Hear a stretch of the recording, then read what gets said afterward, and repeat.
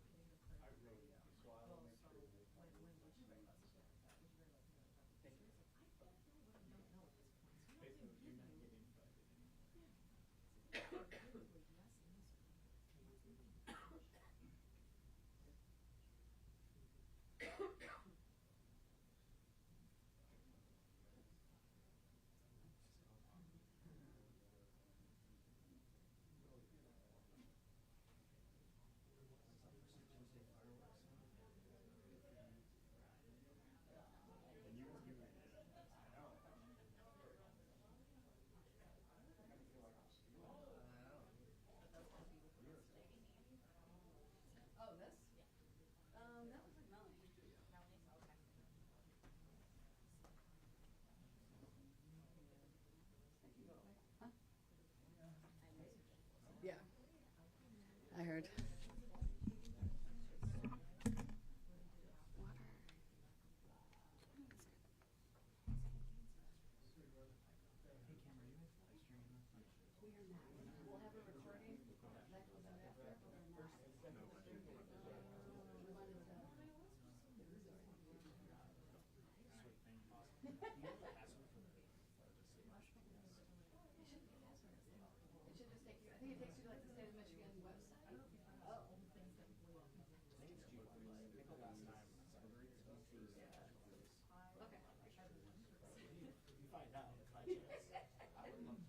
Right? I'm like, you know more than me then. I'm like, I don't know.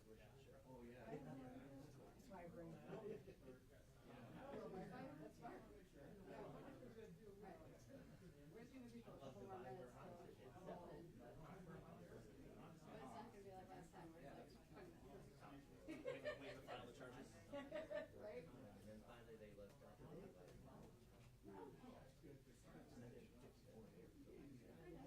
Good questions though, huh? I appreciate it. Right kind of I appreciate your tenacity. I'm sorry, Stephanie? Is that right? Princess. Oh, Princess. I'm sorry. Hi, I'm Kim.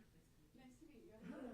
Oh, the people sitting in the front didn't recognize you. Yeah, I do. I just started like 3 weeks ago. Oh, nice. Who you work for? Oh, yeah, you were the first one here. How you tell who's new is just pauses. Right? Well, nice to meet you. Welcome. Glad you're here.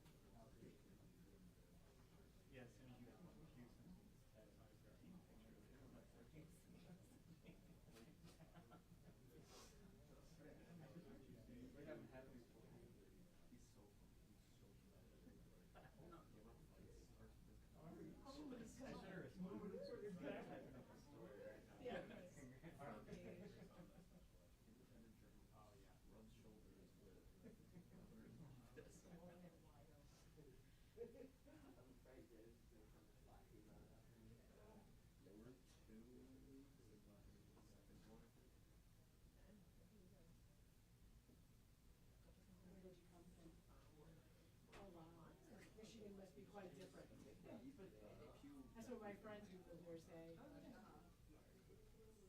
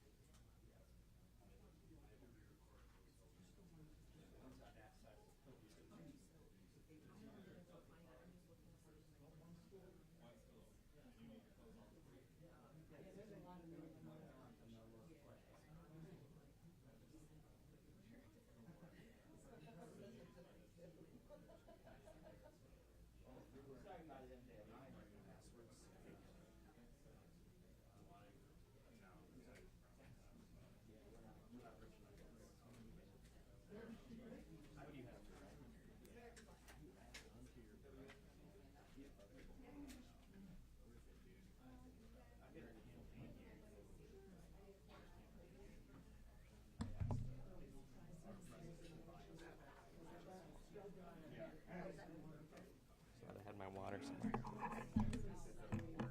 Where'd you move it? Thanks.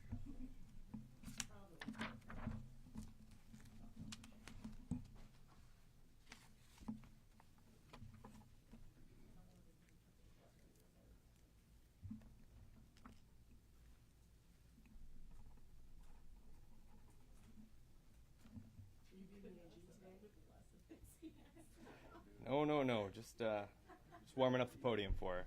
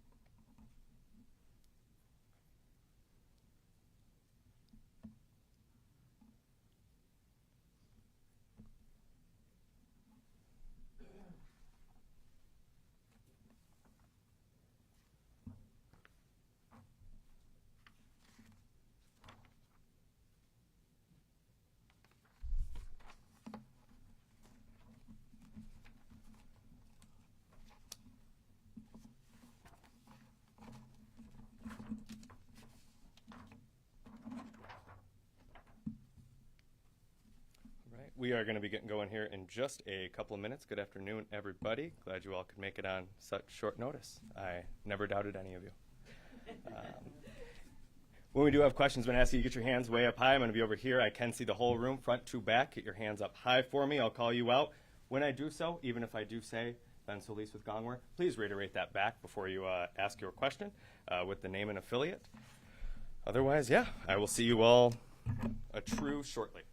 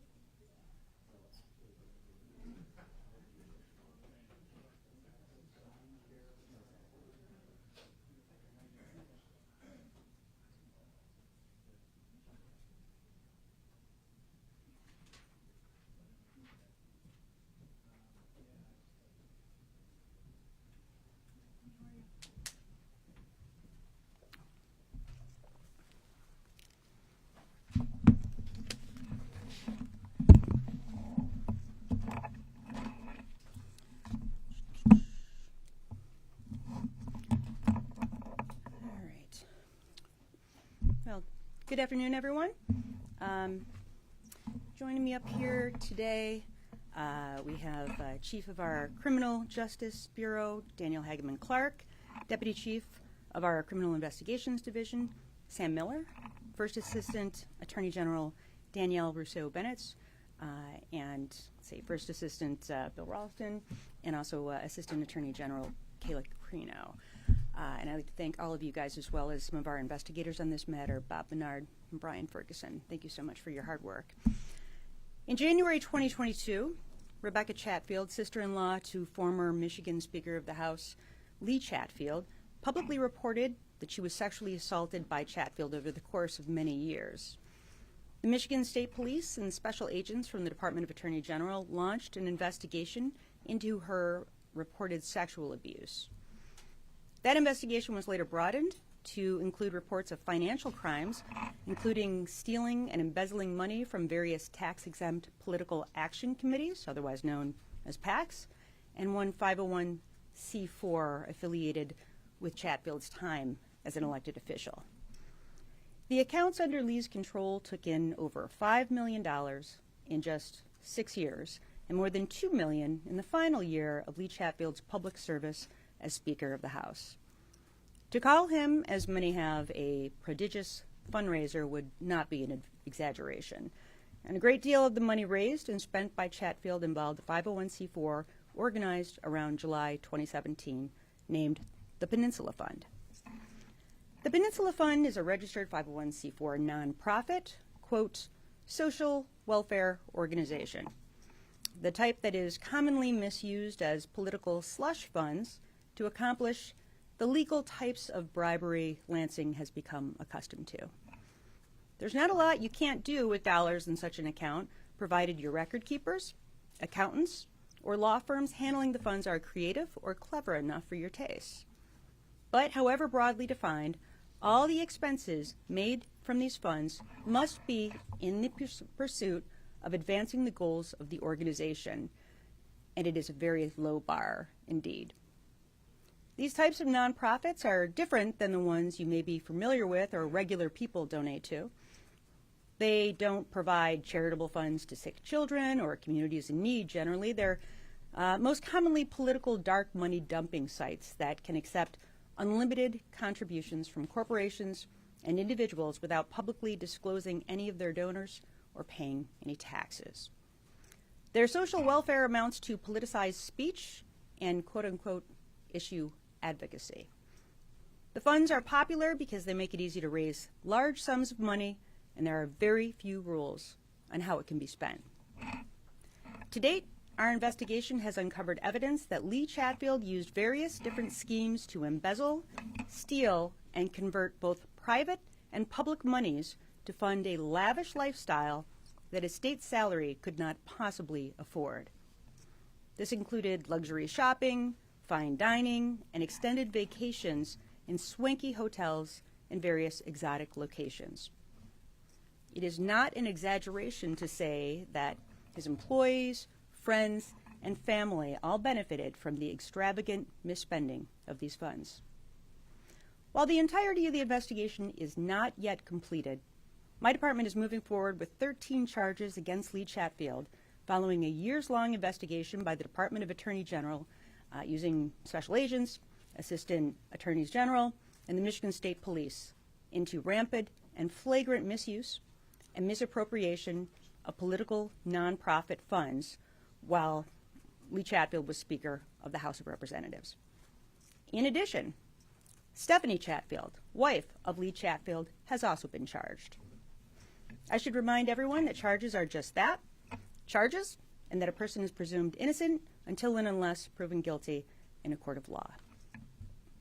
With that, the following charges have been filed in the 54B District Court in East Lansing against Lee Chatfield. Count 1, conducting a criminal enterprise based on 10 predicate offenses, a 20-year felony. It was determined during the course of the investigation that Chatfield employed a variety of separate financial schemes to line his own pockets. These schemes included using a 501c4 social welfare organization to pay off his personal charges on credit cards, utilizing a check kickback scheme from his PACs, improper mileage reimbursements from state monies for trips that were never taken, and a scheme to sublet an apartment that was paid for with 501c4 monies for Lee Chatfield's benefit.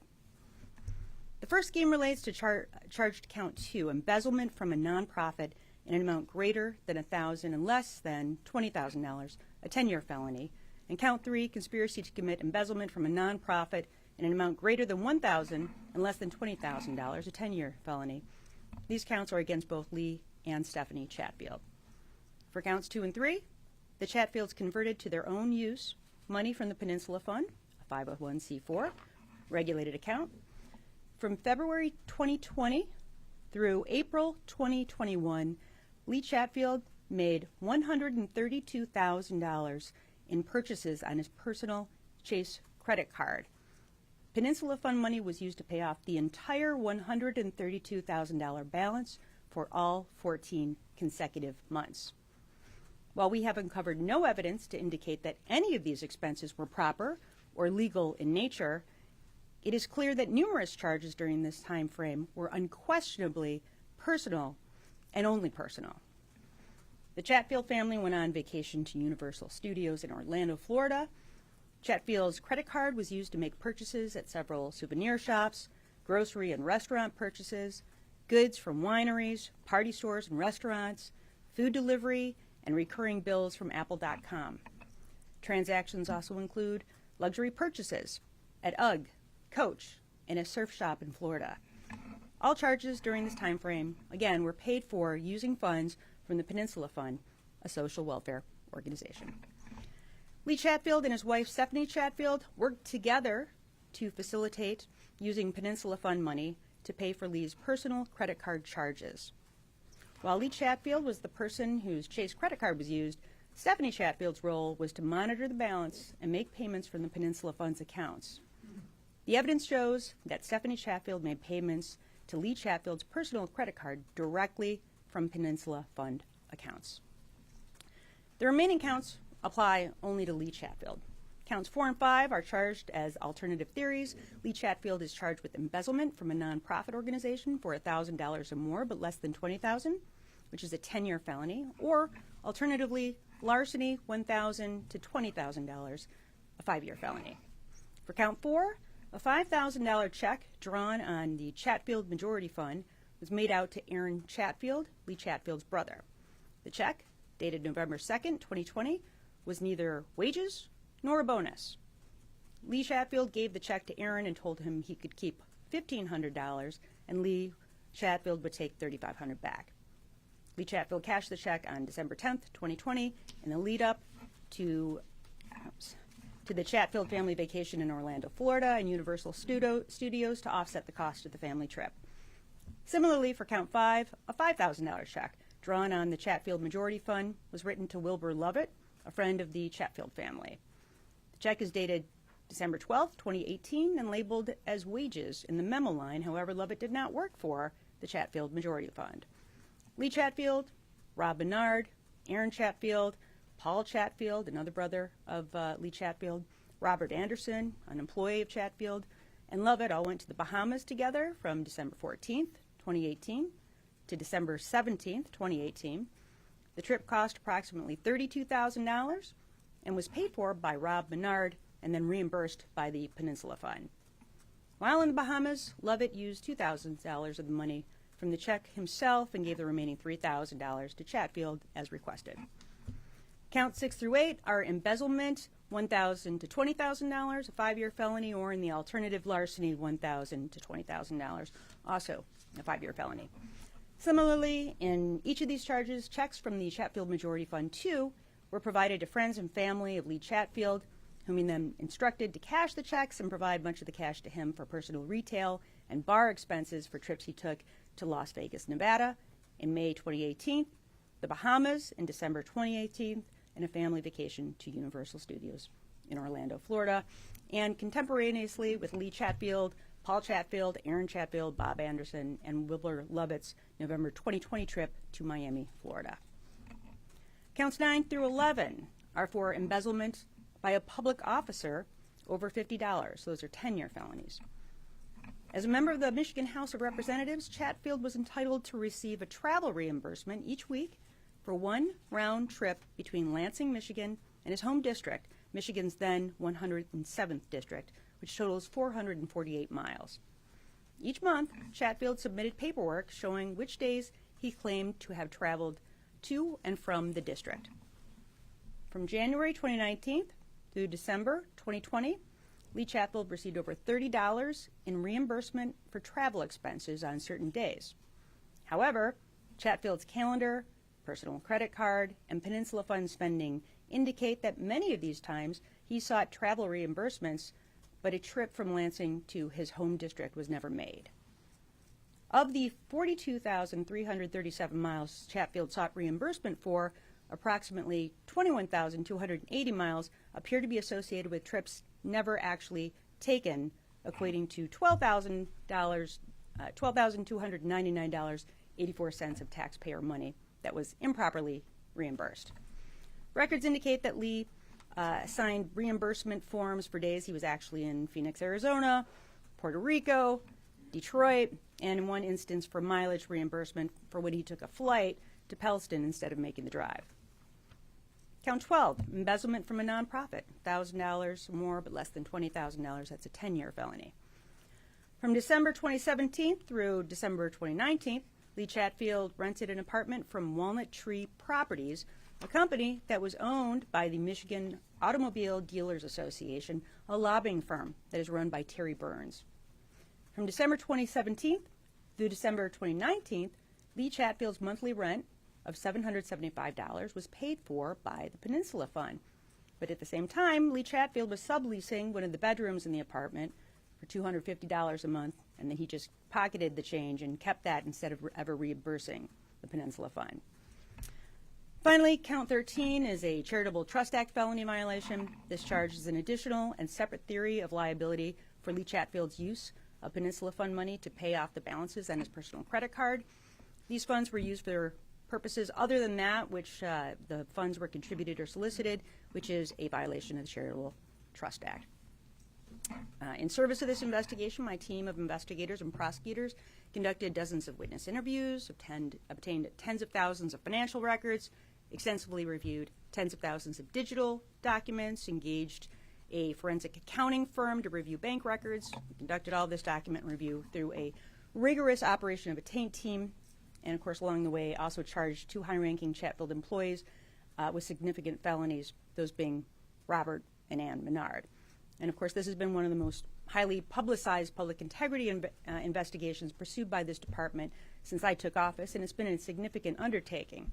But we're also announcing today that the investigation into the reported sexual assault by Rebecca Chatfield is closed without issuing charges.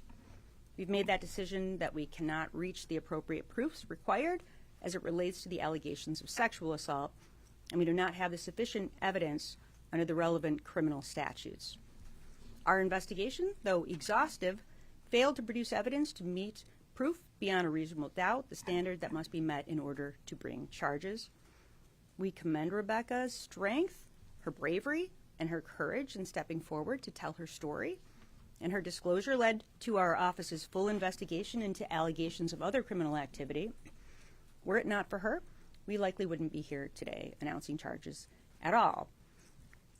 We are continuing our lengthy review of documents, and let me be clear, the investigation remains ongoing. We have definitely not ruled out additional charges against the Chatfields and many others, but we are confident in what we have alleged and charged today and felt as though it was important to at least begin the legal process. Complex financial investigations can take years to complete and to try in court. For instance, the prosecution of Eric Smith, former Macomb County prosecutor, took over 3.5 years from the date charges were announced to the date of Smith's sentencing. Likewise, the prosecution of Sharikia Hawkins, former Southfield City Clerk, took over 3 years to conclude. We have current litigation involving the false slate of electors who were charged over 9 months ago, but they're still pending in district court. And similarly, the false signatures defendants that involved the Republican gubernatorial candidates were charged in June of 2023, and we don't expect a decision on bindover to take place until June 2024, a full year after being charged. And as you will recall with the recent conviction of Rick Johnson, another former Michigan Speaker of the House, the U.S. Attorney's Office took a full 6 years to investigate before they brought charges at all. Public integrity matters, and holding elected officials who engage in corrupt acts and who abuse their authority to account has been a top priority for this office during my administration, but I am some approximate 2 years and 8 months away from leaving office. And the next Attorney General may not prioritize these cases as I have done. This case and the other major cases we've announced have all highlighted the many ways Michigan's current campaign finance and disclosure laws are inept and make concealing enormous amounts of fundraising and spending far too easy. We have a unique opportunity right now to truly impact change that will benefit Michigan and our residents for decades to come. I think it's fair to anticipate a concerted effort to delay these proceedings or to run out the clock until I'm no longer in office, as we've seen with some other cases. And this matter involves a significant amount of materials that will need to be reviewed by the defense attorneys involved in this prosecution. And those materials will need to be reviewed before a preliminary exam can be conducted, and that process needs to start as soon as possible, and we will be providing that discovery to defense counsel in short order. Additionally, the majority of financial crimes included in Michigan's compiled laws carry a 6-year statute of limitation. Lee Chatfield, I believe, first took office in January of 2015. Now, the clock is ticking on potential counts. Better to charge the crimes we are confident in and that we can prove now rather than wait months or years down the road to complete an investigation in its entirety and then lose the ability to charge altogether. So this is the beginning of the charging process for the former Speaker, but no one should expect that that process has been concluded with the announcement of these particular charges. In regard to our current system, in which elected officials have come to rely upon dark money PACs for various expenses, there certainly are genuine out-of-pocket expenses that come along with holding public office. Constituent town halls and policy conferences are two examples that legislators today might be forced to pay out of pocket if not for these types of accounts. And from the 1970s through 1994, Michigan actually allowed for office expense accounts through the House Fiscal Agency to cover those costs that would be properly covered as legitimate office expenses by employers were they in the public sector. However, in 1994, in an ironic move to, quote, improve their public image, lawmakers eliminated these accounts. While these accounts could accept donations from many of the same funders who contribute today, the transactions of these accounts were then fully transparent and subject to the same contribution limits as campaign accounts. This change only paved the way to where we are today with the proliferation of secret, unregulated slush funds that make it all too easy to abuse the power that inherently comes with holding public office. Stakeholders, lobbying firms, wealthy private actors, global corporations, and anyone who wished to do business with the state of Michigan or bend the ear of one of our most powerful lawmakers was encouraged to contribute to Lee Chatfield's dark money PACs that could be used in ways that served no benefit to our state residents, but allowed these wealthy donors to curry favor in ways unseen and unavailable to regular, average Michiganders who can't afford to fund an all-expense-paid trip to the tropics, but nonetheless who are desperate to have their elected officials care about their concerns and their struggles all the same. As I have said many times before, and will do so again today, the Michigan Campaign Finance Act is effectively toothless, useless, and utterly worthless as a deterrent to these crimes. The statutes governing political funds and donor disclosures in this state couldn't be more futile if they were literally drafted by crooks for the very purpose of violating them. The inherent weakness of these laws not only allows for pervasive, corrupt behavior, it encourages it and fosters it, and it spawns the perception that all elected officials are crooked since there's so little means to find out who is and who isn't gaming the system and subjecting themselves to what we can only call legalized bribery. Let me be clear. The misuse of social welfare funds is not a new practice in Lansing. And while Lee Chatfield may have exploited the system a little bit more than others, no one political party alone has perverted or abused it. This is simply the predictable product of the dark moneyed fueled culture we have here in Lansing. Corruption is predicated on greed, a fundamental disrespect for voters, comfort provided by weak laws, and the stone-cold assurance that no one will ever know, no one will ever be able to look, and no one can prove anything. So why not take advantage? And no one would have reviewed these accounts. No one would or could have seen the mountain of potential evidentiary material we had access to only by virtue of the allegations made by Rebecca Chatfield, which provided probable cause for our investigation. Politicians and donors count on it. They count on the fact that no one will ever see the inner workings because we simply don't require it, and that no one can prove the scheme or see the scandal. With this investigation and our major investigations, we're proving that to be wrong, but we can't change the culture on our own as an investigating and prosecuting agency. This prosecution required a unique and uncommon fact pattern, and it relied on uncommon allegations. To change Lansing's culture from one of secret donors and corruption requires and demands legislative solutions. These must come swiftly, and I'm very proud to be joining the Michigan House on Thursday along with Secretary of State Benson in support of the BRIGHT Act. As I've stated in previous press conferences, Michigan residents deserve more. They deserve better than what this flawed system has allowed. And with that, I'll open up the floor for a limited number of questions. Excuse me. You can raise your hands. I'll be calling out folks. I appreciate that very much. Excuse me. Tim. Didn't we go over this? Like how we were? I'm sorry, I was not here. As you could raise your hand, we'll be calling out folks if anyone has a question. Thanks, Tim. Thank you, Madam Attorney General. My apologies. Do you have an aggregate number of the alleged dollars that were misused by Mr. Chatfield? And if convicted on all of these counts, how much time could he spend in prison? Right. Well, first of all, conducting a criminal enterprise is the charge that carries the most time. It's a 20-year felony. That doesn't mean you get 20 years. It means that's the maximum amount of time. We haven't calculated the guidelines at this juncture. In terms of the amount of money we're talking about, obviously we haven't completed the investigation.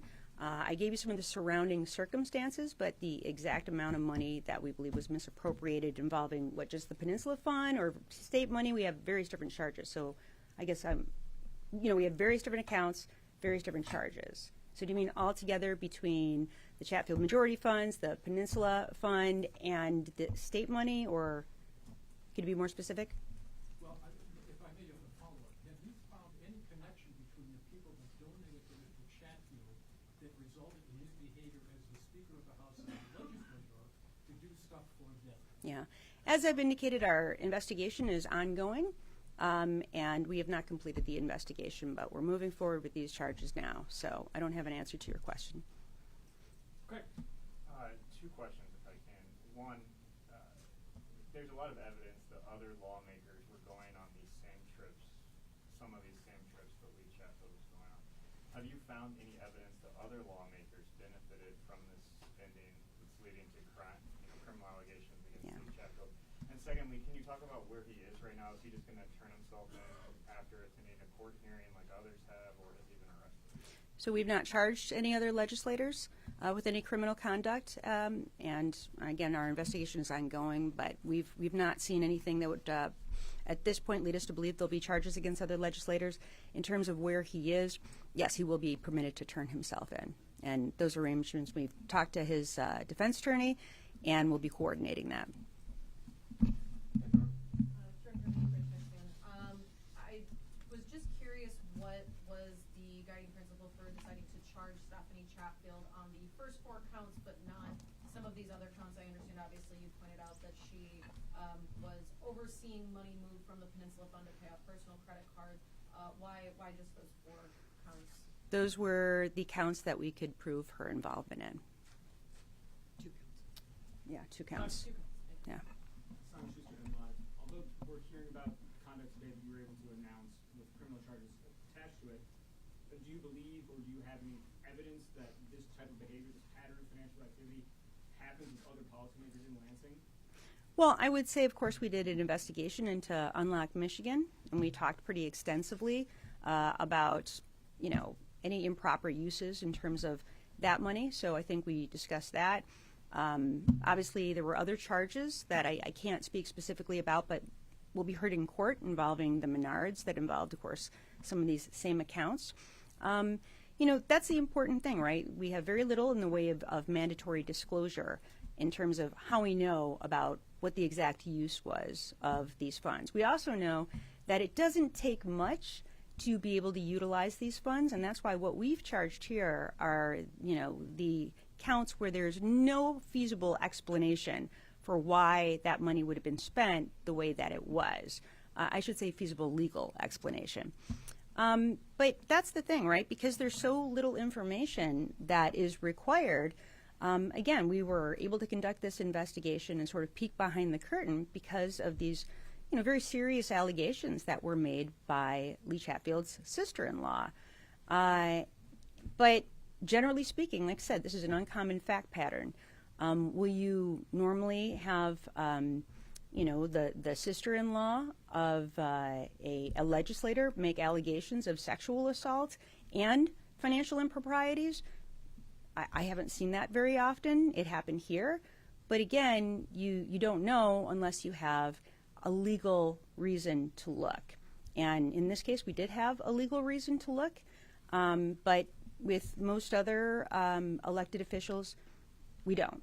So we just don't know. I'm going to go to Dave. Follow up on Tim's specific question. Is there a total amount of money you think was misappropriated, misspent, stolen across all the funds? We have not completed the investigation, so I can't answer that question. There is still a lot more to go. But as I suggested before, I just didn't want to be in a position where these cases take so long. And I know I've been critical of the feds before for the enormous amount of time that it takes to charge their investigations. But, there's a reason for it. And just again, all the things that we did in this case, when you're talking about subpoenaing a bank records, they have 90 days to respond to that subpoena. And then, it goes to, oftentimes some of these materials have to go to a taint team and get reviewed by defense counsel before it ever goes to the investigative team. And then once we've reviewed records, then, it leads us to need to subpoena other accounts. And that takes another 90 days. And then it just adds up over the course of a long period of time. So again, I know it's not satisfying for us to make this announcement and to say this may not be everything, and we can't give you those totals. But again, for the reasons that I stated, I thought it was really important for us to sort of get the ball rolling for a number of reasons. One, so we could potentially reach some sort of conclusion on this matter, but also because I think it's important for the public to know, and this is a great example of where we've gone wrong, where we've lost our way in Lansing, and how we have an opportunity to do better than this. And I think the public deserves that. Thank you, Ben. Absolutely, Community Service. AG, just a quick question. I mean, we know about Rebecca's allegations, and we know that the case is closed now. But do you have any evidence, or are you investigating any other allegations of sexual assault against Lee Chatfield from any other country?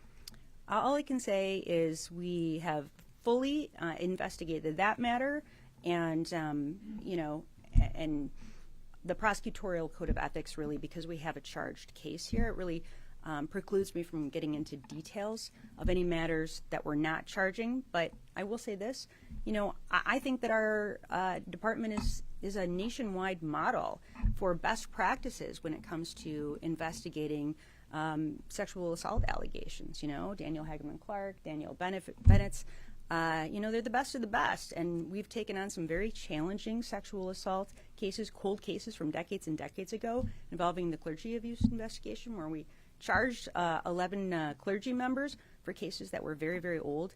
And so we really try to approach this from, a victim-centered, trauma-informed way, but we can't get into any more specifics because it just would be improper to do so, other than to tell you that we've closed out that investigation. Paul? Yeah, my question was along the same lines, just whether, given your record on sexual assault investigations, are you able to say, what the main obstacle was, if you can give anything further on why that investigation was closed without charging? So if we just had the sexual assault investigation and we were not charging anything, I would be able to provide you at least some additional level of details. But because we have all of these other charges that are pending, it would not be fair to the defendant in this case for us to go into that in any degree of depth, other than tell you that we did an exhaustive evaluation, and we found that we could not prove criminal sexual assault charges beyond a reasonable doubt. Yeah, Ben, back to you for the follow-up. Are you disappointed that that's where the evidence landed? You know, you being so supportive and believing of sexual assault survivors when they make allegations? I don't go into any case having optimism or disappointment, about the conclusions of an investigation. We literally do our best to uncover the facts, and once we have all the facts that we can possibly find, we apply it to the law. And then once we've done that, we see whether or not bringing charges is appropriate. So this is not about being disappointed. It's not about having any degree of enthusiasm because there are charges. It's none of that. It's literally, I'm a prosecutor, and I'm here to apply the law to the facts. And if charges are merited, we proceed. And if they're not, if we can't prove the elements of any particular statutes beyond a reasonable doubt, then we don't charge. So that's the best I can say. Alan?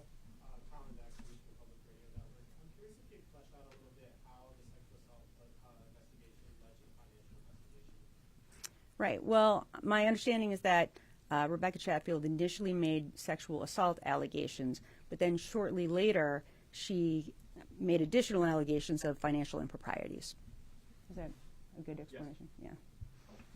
John Hewitt, WWMT-TV. I just wondered if you could characterize a bit with regard to the money that was allegedly stolen, in that were they for personal expenses, vacations, restaurants, exclusively, any examples of political influence being bought in the process? If you can characterize the motive for taking the money if it was beyond personal use. Yeah, I can't speak to anything else except for what we've specifically charged, understanding that the investigation is ongoing, but I will tell you that many of the charges involve monies that were clearly converted for personal use that was not appropriate for a social welfare nonprofit. Lisa? Lisa with MERS News. I apologize, my throat's sore. Have you closed your C4, and if you have or have not, why? I have. Simon? Who are the primary donors to the Peninsula Fund? Who enabled this kind of thing? Right. Well, I think some of that is a matter of public record from the 990s. I think I've read about that in Craig Mager stories in the past. So, I think... Right. Okay. That's going to come out during the course of the investigation. Just to follow I mean, in the course, I'm sorry, pardon me, in the course of the case as it's presented. Craig from the district. Can you just say yes or no to whether any donors to the Peninsula Fund are under investigation by your office right now? Yeah. So I'm going to say this, and let me answer a few questions this way. Firstly, that our investigation remains ongoing, and so I can't disclose any of that. But let's talk about for a second in terms of like buying influence. Like, what does that mean, right? And I think there are different ways to buy influence, and unfortunately, some of those have been kind of legally codified into the law here. So, when you are giving massive amounts of money to a 501c4, and especially when that money is then utilized for what appears to be personal reasons that are not related to the mission of that nonprofit, I would characterize that as buying influence, and I would characterize it as buying influence in a way that, again, regular people can't do in order to have, their concerns met or their voices heard. So, I think we've come to think of for instance, bribery as this quid pro quo, like I am giving you money for you to pass this bill or for you to introduce a bill. And then there's some communication saying like, here is the money for whatever, Senate Bill 401B, and that is a way to look at some types of corruption, but other types of corruption, like I said, may not be illegal. Something can be corrupt and be legal at the same time. And I think that generally speaking, that's what we see with a lot of these accounts, that they're utilized that way, right? In a way that creates the specter of corruption and a corrosiveness to public discord, but at the same time, it's not prohibited under the law. And that's why we're really hopeful that there will be some changes to this. But at this time, again, I'm not going to answer any further questions in regard to, who else we might be investigating. Joe, you have expressed that you want lawmakers to expand financial disclosure laws, transparency, but you yourself have not provided voluntarily financial information, such as the value of your home, things like that. Can you explain, why you want those laws to be expanded, but you yourself haven't provided that information? So you think that people should just have to, individuals that you put pressure on, should provide voluntarily, how does the value of my home in some way curry influence with any of the decisions that I make? How much money I have in my 401k, how much money I've saved over 30 years of being a lawyer, in what way, shape, or form, I guess I would ask, does that influence the work that I'm doing? I would suggest to you that it does not, but if the legislature wanted to pass a law and say you have to provide this information, absolutely I will. You might have noticed, I didn't see this reported on in the Bridge Magazine article, but I had 0 drinks paid for me by lobbyists during this reporting period. I had zero meals paid for me, 0 travel, 0 tickets, none of those things. I know that, good governance doesn't sell papers. But, I have tried to hold myself to the highest of standards. But what I am saying is this. I am encouraging, endorsing, basically pleading with the legislature to have laws that allow for greater transparency, not for one person in elected office, but for everyone in elected office. And that's the way to be fair and just, but also to be transparent. Yeah, Lisa? Oh, I apologize. Lisa with MERS. I didn't hear you say why you closed your C4. I didn't feel as though I needed a C4. Okay. Jordan Hermany with Bridge. Apologies. Backing into this, I understand that you've said the investigation is ongoing. Do you, though, of the charges announced today, have a tally of how much between all the separate funds that Lee Chatfield stands accused of embezzling? Do you have a dollar amount? Do you mean a dollar amount for the monies that we've charged just based on these particular acts that we have charged? Understanding that this is an ongoing investigation. Right. Do we have that? I don't. Okay. We don't have that, but, again, there will be affidavits that will be available at a later juncture that should spell a lot of that out. Time for 2 more. Simon? Attorney General, Democrats have had control of the legislation, the governor's trifecta control of government for more than a year now. They called me repeatedly for investigation into Lee Chatfield's conduct, while they were in the minority in the legislature. What do you think it's going to say to you if the legislature doesn't act and make steps to address this kind of conduct through policy? It's not what it says to me. It's what they'll be saying to the public at large. It's what they'll be saying to the over 10 million residents of the state of Michigan. And I think the message would be that transparency is not very important to us. And the last question, Al?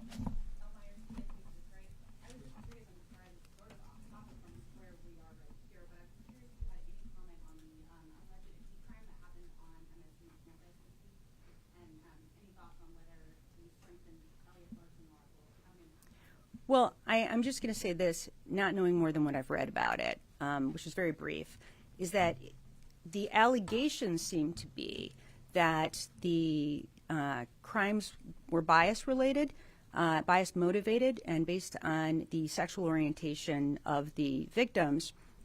It's not an included class under the Ethnic Intimidation Act. It would be under the proposed laws in both the House and Senate that would amend or at least create something called the hate crimes laws as opposed to ethnic intimidation. I have encouraged the legislature to move forward on that, and this might be an example of why it's so important that they do so. Thanks, everybody. Thank you.